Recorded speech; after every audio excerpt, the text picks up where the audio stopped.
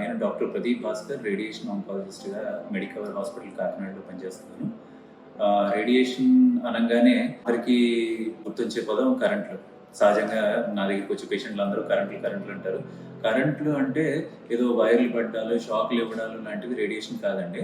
Radiation అంటే x ray కిరణాలు, high energy x ray కిరణాలు వాడి దాంతోటి క్యాన్సర్ కణితిని కరిగించడం మనం చేసే ప్రక్రియ.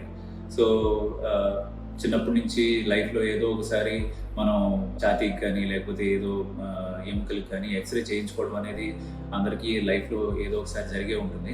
సో అవే ఎక్స్‌రే కిరణాలు, కాకపోతే హై ఎనర్జీ ఎక్స్‌రే కిరణాలను వాడి ఈ రేడియేషన్ అనేది ట్రీట్మెంట్ చేయడం జరుగుతుంది. సో ఇందులో కుట్టు, కోత లాంటిది ఏముండదు.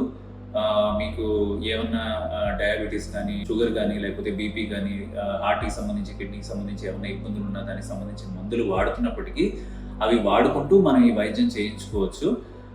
ఆపరేషన్‌కి వచ్చేసరికి మనకుండే డ్రాబ్యాక్ ఏంటంటే ఇలాంటి వ్యాధులు ఏమన్నా ఉంటే ఆపరేషన్‌కి కొంచెం ఇబ్బంది అయ్యే అవకాశం ఉంది. బట్ రేడియేషన్‌కి సంబంధించినంత వరకు ఇలాంటి వ్యాధులు ఉన్నప్పటికీ రేడియేషన్ ఏమీ కాంట్రాఇండికేషన్ కాదు. అంటే రేడియేషన్ చేయించుకోకూడదు అని ఏమీ లేదు. దానికి సంబంధించిన మందులు వాడుకుంటూ మనం రేడియేషన్ చేసుకోవచ్చు.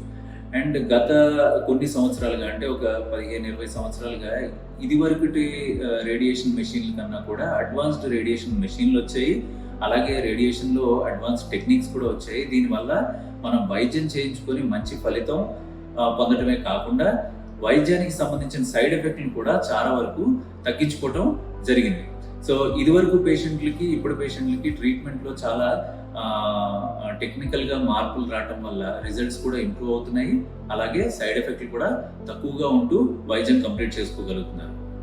సో నేను ఈరోజు మీ ముందుకు రావడానికి ముఖ్య ఉద్దేశం ఏంటంటే, రేడియేషన్ అనేది విని భయపడిపోయి వైద్యం చేయించుకోవటం మానేయకండి.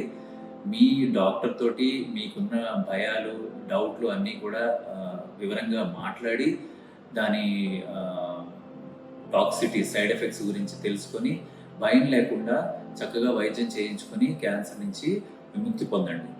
Thank you so much.